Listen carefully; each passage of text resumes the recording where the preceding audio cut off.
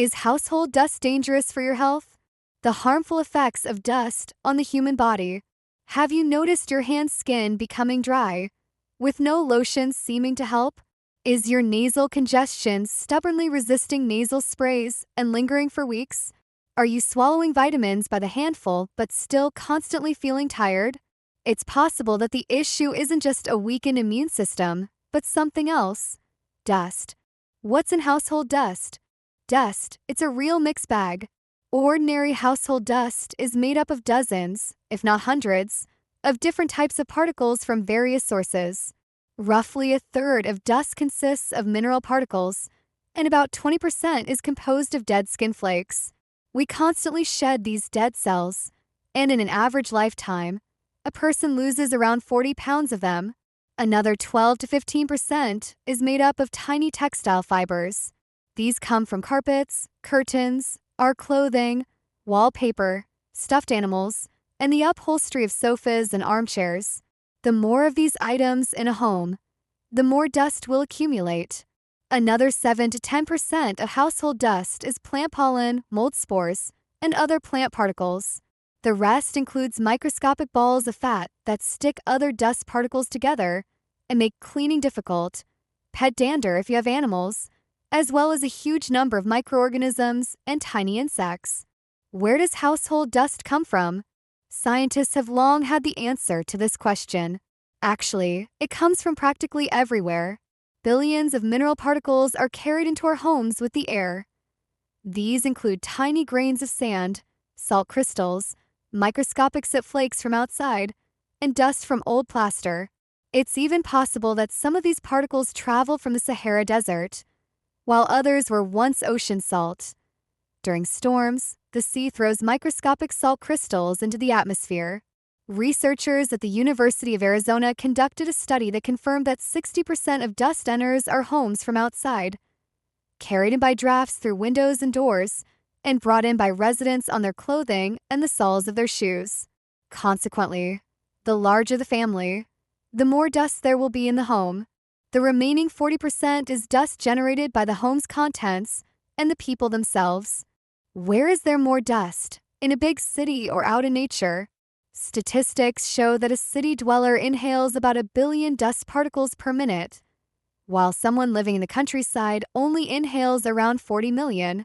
Therefore, it's city residents who need to pay particular attention to the cleanliness of their homes.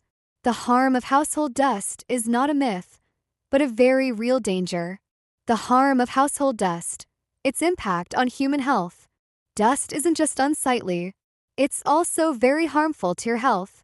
Dust contains a significant amount of toxins and heavy metals, and by inhaling household dust, we are constantly maintaining a state of intoxication in our bodies.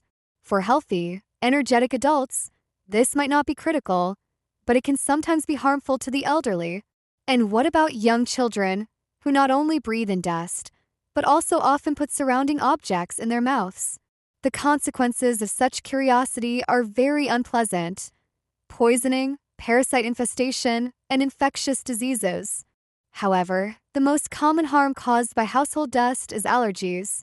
The most optimistic statistics suggest that dust allergies affect 1 in 10 people worldwide, but some believe that around 40% of people suffer from them.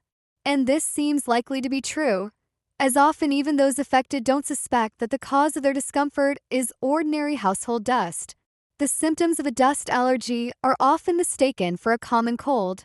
There are indeed some similarities. The condition manifests as chronic nasal congestion, a scratchy throat, sneezing, inflammation of the mucous membranes, a dry cough, and red eyes. Allergic dermatitis is also common, where the skin becomes very dry, irritated, and sensitive, leading to itching or characteristic raised bumps known as hives. In the worst cases, allergies can trigger the development of bronchial asthma, a very dangerous disease that claims the lives of 5,000 people in our country alone each year, predominantly children. So why does dust trigger allergies? It all boils down to what's in it. Mold spores and plant pollen are well-known potent allergens. Anyone who suffers from hay fever in the spring and can't enjoy the scent of blooming cherry trees knows this. But plants only bloom once a year, while dust surrounds us constantly. However, it's not usually the flora, but the fauna, the tiny creatures living in every speck of dust, that most often cause dust allergies. Today, thanks to innovative technologies, there is an incredibly effective product for detoxification of the body Fitline drink. Link in the description under the video. As mentioned earlier, many living things inhabit household dust, and primarily, dust mites, also known as saprotrophic. They are very small. The largest barely reach 0.5 millimeters. There are about 150 species of these mites worldwide. They are quiet and generally harmless creatures that feed on dead skin particles and live for only about 2 months. They don't bite, don't parasitize humans, and lead a rather uneventful life, slowly processing the organic components of dust. If you think your home is free of them, you're mistaken. Saprotrophic are so widespread that at any moment, in any indoor space, you are surrounded by millions of these tiny beings. There are about 500 of them in 1 gram of household dust, and an ordinary bed is home to 2 million such mites. Despite their non-aggressive nature, saprotrophic can seriously harm your health. Their waste products contain guanine, a powerful allergen that can trigger allergic rhinitis, hay fever, conjunctivitis, pink eye, and even asthma. By the way, in an average home, about 12,000 dust particles settle on every square centimeter of floor in just 2 weeks. How to protect yourself from dust? If dust is everywhere, is it impossible to escape its harmful effects? Not at all. Following some simple rules can help you protect yourself and your family from the dangers of dust. Don't wear outdoor shoes and clothing inside the house. Take them off in the entryway and store them in a closed closet.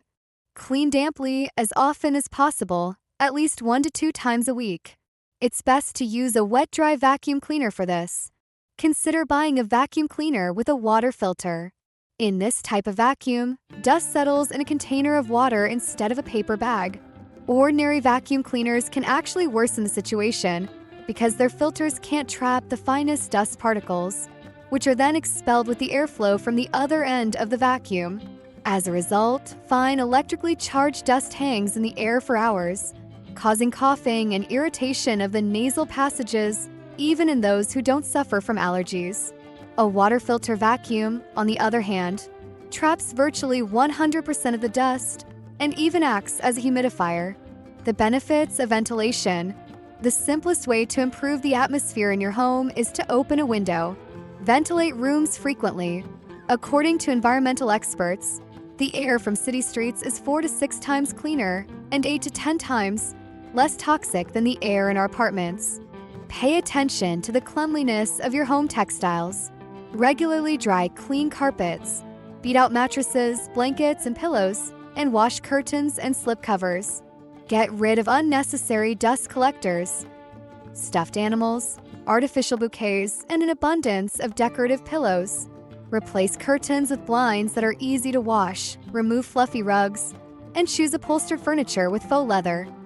It's much easier to clean than fabric. Replace feather and down-filled pillows with hypoallergenic ones. The same goes for blankets. Don't forget to change bedding every few years. Dust mites multiply quickly, and the older the bedding, the more harmful it becomes. Air out bedding on a balcony. Mites can't tolerate direct sunlight and cold temperatures. Install an air conditioner or buy special air purifiers that will kill bacteria and increase air humidity.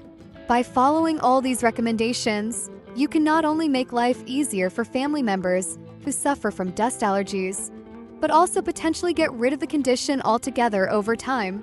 Sometimes, if an allergy sufferer manages to avoid contact with the allergen for a long time, the allergy can disappear permanently.